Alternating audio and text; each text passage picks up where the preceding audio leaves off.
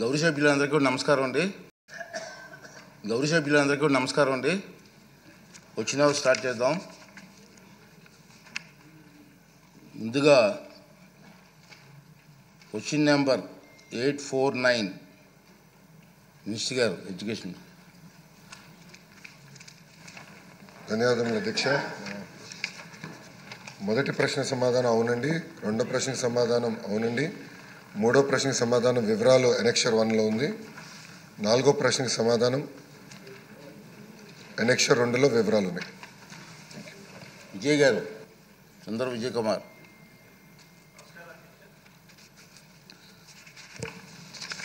నమస్కారం అధ్యక్ష.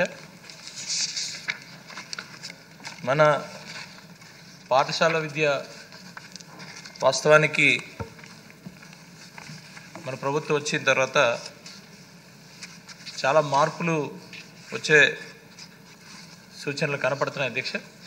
అయితే ఈ ప్రత్యేకమైన పిల్లలకి ఏదైతే సెంటర్స్ ఉన్నాయో ఇవి కూడా మనం ఎలా అయితే పిల్లల్ని టీచర్ అండ్ స్టూడెంట్స్ రేషియోలో మరి నార్మల్ పిల్లలకి ఎలా అయితే teacher and students ratio define చేసామో ప్రత్యేకమైన పిల్లలకి కూడా టీచర్ అండ్ స్టూడెంట్ రేషియోస్ని అలాగే ఇన్ఫ్రాస్ట్రక్చర్ని ఇప్పుడు మనం ఏదైతే సెంటర్స్ పెట్టామో భవితా సెంటర్స్, ఆ సెంటర్స్లో పూర్తిగా లేటెస్ట్ టెక్నాలజీస్ అన్నీ కూడా తీసుకొచ్చి చేయగలిగితే కనుక వాళ్ళని నార్మల్ అంటే వాళ్ళ కాళ్ళ మీద వాళ్ళని నిలబెట్టడమే, వాళ్ళుగా బ్రతికే పరిస్థితి తీసుకురావడమే ఈ యొక్క నా క్వశ్చన్కి ముఖ్య ఉద్దేశం అధ్యక్ష.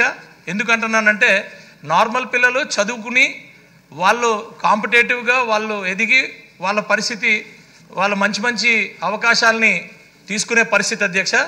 ఈ స్పెషల్ చిల్డ్రన్స్ని ముఖ్య ఉద్దేశం ఏంటంటే వాళ్ళ కాళ్ళ మీద వాళ్ళ బతికే టీచింగు, ట్రైనింగు ఇవన్నీ కూడా మనం ఇవ్వాల్సిన పరిస్థితి ఉంది అధ్యక్ష.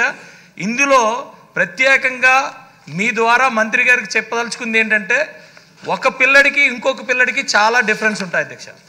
కాబట్టి మన పిల్లలు కాబట్టి మనం ప్రపంచంలో ఏదైతే మరి టీచింగ్ మెథడాలజీ ఉందో, స్టూడెంట్ టీచర్ రేషియోస్ ఉన్నాయో ఈ అన్నిటి మీద కూడా కొంచెం అధ్యయనం చేసుకుని దీని మీద ఒక కమిటీ వేసుకొని మన పిల్లల్ని మనం ముందుకు తీసుకెళ్లాల్సిన బాధ్యత మన మీద ఉంది అధ్యక్ష.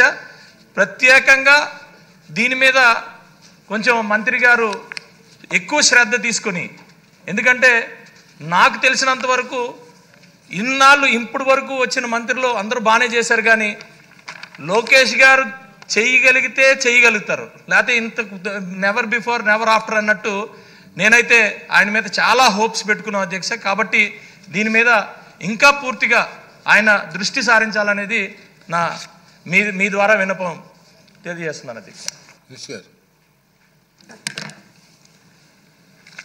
అధ్యక్ష, ఏంటంటే స్పెషల్ నీడ్స్ చిల్డ్రన్ ఇంట్లో ఉన్నప్పుడే తల్లిదండ్రులు ఎదుర్కొన్న సమస్యలు మనకు అర్థమవుతాయి అధ్యక్ష. ఎందుకంటే వాళ్ళకి మెరుగైన విద్య అందించాలి, వాళ్ళని అన్ని రకాలుగా ఆదుకోవాలనేది తల్లిదండ్రులు వాళ్ళ తాపత్రయం మనకు కనపడుతుంది అధ్యక్ష. అది కొంతమంది ప్రైవేట్ రంగంలో కూడా ఆసరాగా తీసుకుని పెద్ద ఎత్తున డబ్బులు కూడా వసూలు చేస్తాం జరుగుతుంది. అంటే బేసిక్ ట్రీట్మెంట్కి నెలకి 50,000 60,000 రూపాయలు వసూలు చేస్తామని కూడా కొన్ని సందర్భాలు మనందరం చూసాం అధ్యక్ష. కేంద్ర ప్రభుత్వం రిహాబిలిటేషన్ కౌన్సిల్ ఆఫ్ ఇండియాని ఏర్పాటు చేసి స్పెషల్ నీడ్స్లో 21 డిసెబిలిటీస్లో 9 డిసెబిలిటీస్కి ప్రధానంగా స్పెషల్ ఎడ్యుకేషన్ ఇవ్వాలనేది కేంద్ర ప్రభుత్వం మనకి చెప్తాం జరిగింది. ఇక్కడ కేటగరైజేషన్ కానీ చూస్తే ఏంటంటే చిల్డ్రన్ విత్ మైల్డ్ డిసెబిలిటీస్ ప్రభుత్వ అదేవిధంగా ఎయిడెడ్ పాఠశాలల్లో వాళ్ళు ఎన్రోల్ అవుతారు. సివియర్గా ఉన్నోళ్ళు, మోడరేట్ టు సివియర్ ఉన్నోళ్ళు భవితా సెంటర్లకి వెళ్తాం జరుగుతుంది. దాంట్లో భాగంగా చూస్తే ఈరోజు మన ప్రభుత్వం 679 భవితా సెంటర్లు ఈరోజు మనం నడిపిస్తాం జరుగుతుంది. దాంట్లో ఏంటంటే auditory training, vision stimulation, orientation, mobility, braille skills, early childhood intervention, parental counselling, physiotherapy, school readiness programmes ఒక లక్ష్యంగా పెట్టుకుని మనం చేస్తాం జరిగింది. దీంట్లో ఏంటంటే మనకి 2 IERPలు ఉంటారు, అంటే ఇంక్లూజివ్ ఎడ్యుకేషన్ రిసోర్స్ పర్సన్ ఉంటారు, వాళ్ళు భవిత సెంటర్లో ఉన్నారు. ఇప్పుడు మనకి 1358 IERPలు ఉన్నాయి. స్పెషల్ నీడ్స్ విద్యార్థులు వచ్చేగల 41,119 మంది రిజిస్టర్ అయ్యారు. ఇప్పుడు చూస్తే విజయ్ గారు ఈ సబ్జెక్ట్ని ప్యాషన్గా తీసుకుని నన్ను కూడా అనేక సార్లు కలుసుకోవడం జరిగింది. అన్నగారితో నేను డిస్కస్ చేసిన తర్వాత మేము ప్రత్యేకంగా మొన్న PAB 25-26 అంటే కేంద్ర ప్రభుత్వం ఇచ్చిన నిధుల్లో ఇంకొక 125 ఆటిజం సెంటర్స్, అంటే 1 సెంటర్ పర్ మున్సిపాలిటీ లెవెల్ ప్రతిపాదిస్తాం జరిగింది. మాకున్న సమాచారం మేరకు 100% ఇది శాంక్షన్ అవుతుందని మేము బలంగా నమ్ముతున్నాం. వాస్తవంగా అధ్యక్ష, నాకు ఈ సబ్జెక్ట్ కొత్త. మేము కూడా అధికారులు కూడా మేము ఈ క్వశ్చన్ ప్రిపేర్ అయ్యేటప్పుడు మేము డిస్కస్ చేసాము. ఇక్కడ 2-3 విషయాలు అధ్యక్ష. ఒకటి వచ్చేసి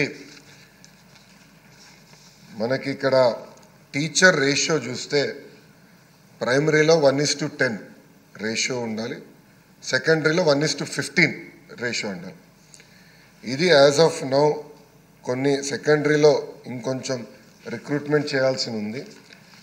అది ఒక విషయం అధ్యక్ష. రెండోది వచ్చేగల నేను ఇక్కడ కోరేది, మీరు అన్నట్టు బెస్ట్ మెథడాలజీ తీసుకురావాలి, ఈ పిల్లల్ని వాళ్ళ కుటుంబాలను ఆదుకోవాలన్న లక్ష్యంతో నేను డిస్కస్ చేశాం అధ్యక్ష.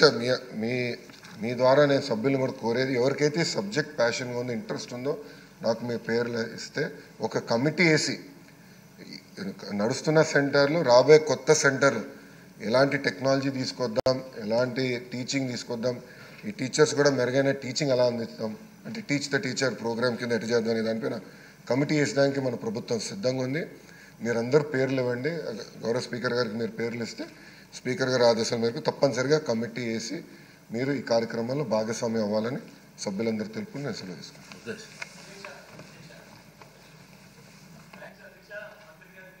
వాస్తవానికి ఇందులో అనేకమైన ఉన్నాయి. కమిటీయే దీనికి టోటల్ సొల్యూషన్ అధ్యక్ష. ఎందుకంటే 4 సంవత్సరాలు వచ్చినంత వరకు ఆటిజం మనం ఐడెంటిఫై చేయలేము అధ్యక్ష. 14 ఇయర్స్ దాటిన తర్వాత మనం ఏమీ చేయలేము అధ్యక్ష. ఈ 4 to 14 మధ్యలో మనం బెస్ట్ టెక్నాలజీస్ తీసుకురావడానికి ఈవెన్ పిల్లలు ఉన్న తల్లిదండ్రులు వాళ్ళకి చాలా ఇబ్బంది అధ్యక్ష. వాళ్ళకి ఇవన్నీ చాలా అంశాలు ఉన్నాయి. వీటి మీద నిజంగా ఈరోజు మంచిగా రెస్పాండ్ అయ్యారు అధ్యక్ష. కమిటీ ఇమ్మీడియట్గా వేయగలిగితే దీని మీద చాలామంది ఉన్నారు అధ్యక్ష. IASలు ఉన్నారు, IPSలు ఉన్నారు, మాలాంటి ప్రజాప్రతినిధులు ఉన్నారు, అందరూ ఉన్నారు అధ్యక్ష. పిల్లలున్న ఇది. థ్యాంక్ యూ అధ్యక్ష. విజయ్, మీరు మినిస్టర్ గారు చెప్పినట్టు పేర్లు నాకు పంపిస్తే ఇంట్రెస్ట్ ఉన్న వాళ్ళు అనే సబ్జెక్టులు నేను మినిస్టర్ గారు ఫార్వర్డ్ చేస్తాను. నెక్స్ట్ అండి, క్వశ్చన్ నెంబర్ 645 మినిస్టర్ గారు. అధ్యక్ష, మొదటి ప్రశ్న అవునండి. MB కింద 2వ దశలో చేపట్టిన నిర్మాణాలు ఇప్పటికే జరుగుతున్నాయి.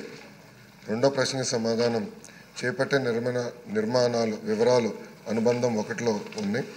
3వ ప్రశ్నకి సమాధానం, పనులు దశల వారీగా పూర్తి చేయటం అవుతుంది. వేమిరెడ్డి ప్రశాంత్ రెడ్డి గారు. ధన్యవాదాలు అధ్యక్ష. పునాది బాగుంటే భవనం పటిష్టంగా ఉంటుంది అనే విధంగా బడులు బాగుంటే విద్యార్థుల భవిష్యత్తు బాగుంటుంది అధ్యక్ష. పాఠశాల స్థాయి నుంచే నాణ్యమైన విద్య బోధిస్తే విద్యార్థులకు భవిష్యత్ బంగారమేమవుతుంది. ప్రజలు అధికారం ఇచ్చింది ప్రజాసేవ చేయడానికనే చేతల్లో చూపిస్తున్నారు మన విద్యాశాఖ మంత్రి నారా లోకేష్ బాబు గారు. మన బడి మన భవిష్యత్ కార్యక్రమం ద్వారా ప్రభుత్వ పాఠశాలలు రూపురేఖలు మార్చడంతో పాటు మౌలిక సదుపాయాల అభివృద్ధిపై ప్రత్యేక దృష్టి పెట్టిన నారా లోకేష్ గారికి సభాముఖంగా ధన్యవాదాలు తెలుపుకుంటున్నాను అధ్యక్ష. నేడు రాష్ట్రం